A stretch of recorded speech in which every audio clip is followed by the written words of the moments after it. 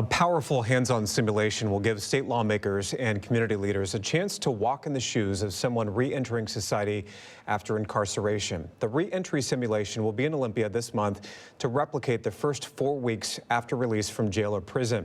Tyrah's down in the Arc Lounge this morning with Darryl Riley, the co-founder of the Up From Slavery initiative. Fascinating topic here, Tyrah. This is such an important initiative and topic, Steve. Thank you so much for joining us today on the show. Of course. Before we get into re-entry simulation, we want to hear more about your backstory.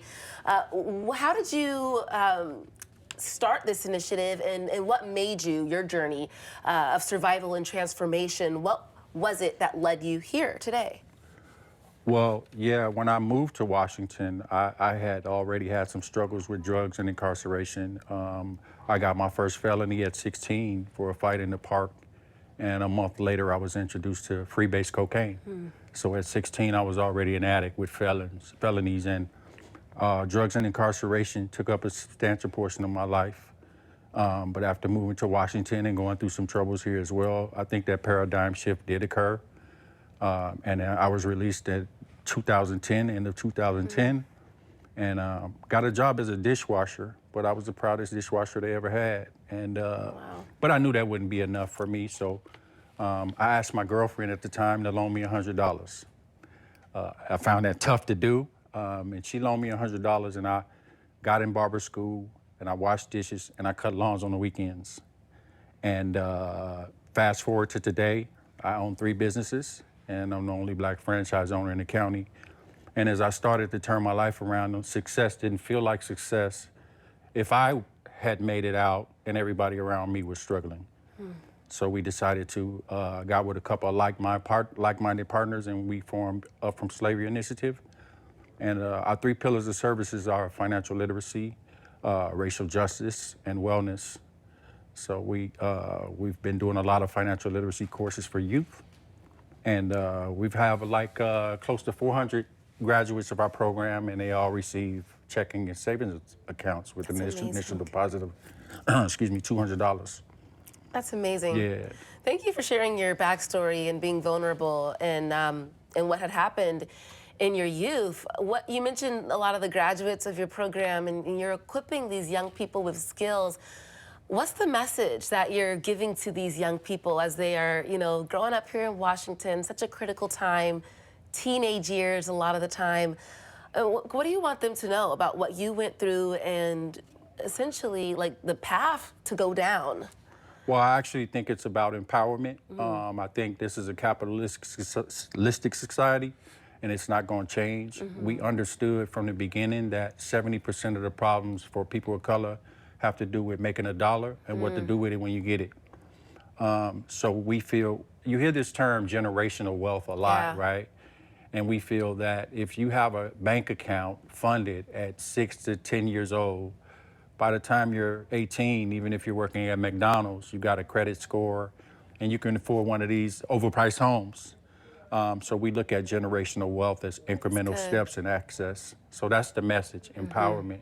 Starting them young, too. So you mentioned being let out in 2010, you said? Yeah. And getting a job and sort of, getting re-assimilated into society. What would you say are some of the challenges former incarcerated people face, and are there common misconceptions you want to address?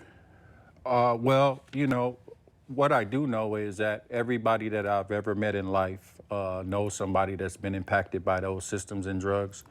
And all they want is for that individual to get out and get it right. And therefore, getting it right means that people have to understand, like, say your brother got out of prison and he's trying to change. Well, you don't know him as this new individual. Right. So the families become the first barrier. So what we would like people to understand is how negatively impacted the system is. And sometimes people who mean well, they end up creating barriers by proxy of their jobs, right? And we want to show a different way and a different, I guess you can call it an exercise in empathy on how to understand the complexities. That way we can get in the room and figure out how to change the system because it's not going away. I was going to ask, oh, go ahead. No, go ahead. I was going to ask, how can we as a community, as society, work together to break down those barriers, practicing that empathy?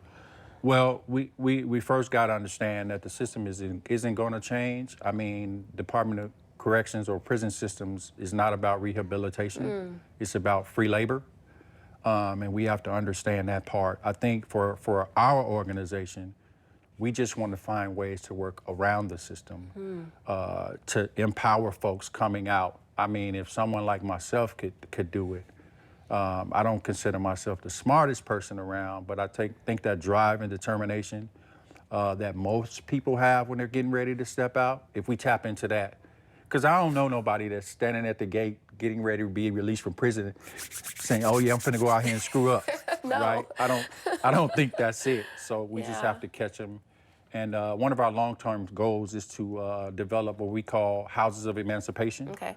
And through our connections with private businesses and banks and construction companies, we would like to, once you're released, we would like to provide you with a job and a tiny home on day one. Wow. With the wraparound services included. That way you'll have a chance to reintegrate yourself into society slowly and develop some social adaptation skills. Because the world changes so fast. It does.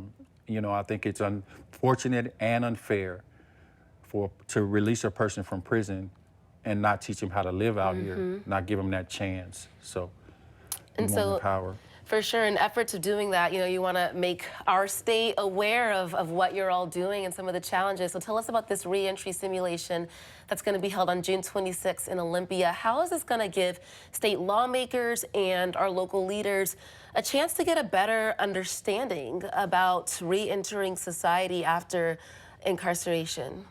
Well, first of all, what I know about all of those people who will be attending is they know somebody or are related to someone who's impacted by those systems.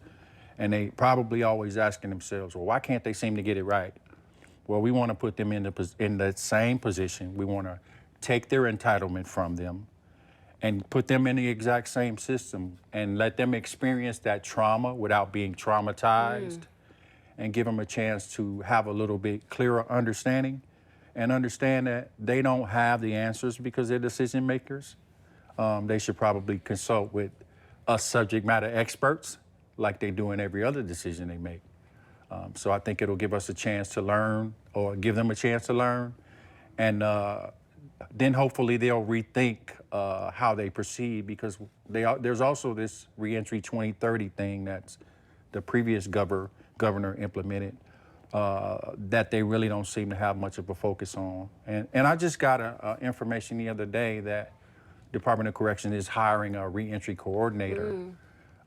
So I don't understand how that process would work when their current processes is what's creating the barriers.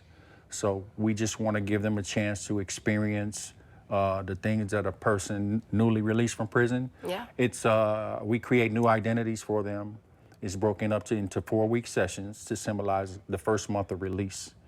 And we've done it around the state 4 or 5 times. And in each case, what we found is that, like the chiefs of police and the commissioners, they'll go to jail for something and they'll stay in jail on purpose, even though they got the money to bail out, because they figured out that the system is just too hard. So we want to give that expertise or that exercise to the legislators and stakeholders. You mentioned Reentry 2030. Is there anything that you'd like to see on the state or local level in terms of the system, what happens after people are released from prison? Any laws or legislation that you want to see pass? Well, I think that there has to be some type of planning session and brainstorming, right? Most of the time, folks who have the best answers or who are closest to the problem are usually the ones with the best answer. I'm not necessarily advocating for myself, but I partner with a group called Kitsap Strong, and we together, we dig into the traumas of all of this and understand the person and what's needed.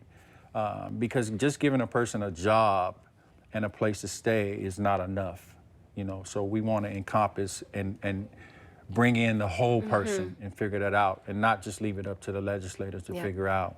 Yeah. Sometimes it's beyond their expertise. Yeah, meet people where they are, essentially. Well, thank you so much for joining the show and for sharing your backstory, and thank you for the work you're doing. You obviously have a very inspirational success story, in my opinion. I appreciate the opportunity Of and course. proud of you as well. Thank you. We've watched you grow, and just Thank you. want to give a huge shout out to our partners, Kiss Up Strong, and hopefully we'll see you all June 26th. June 26th. We can figure it out. Thank you so much, Steve. I think it's powerful, and I love the message for young people, empowering them. You know, financial literacy. It's all important. It is. A greater understanding can make a world Yep. of difference. Thanks, Tyrah. Back after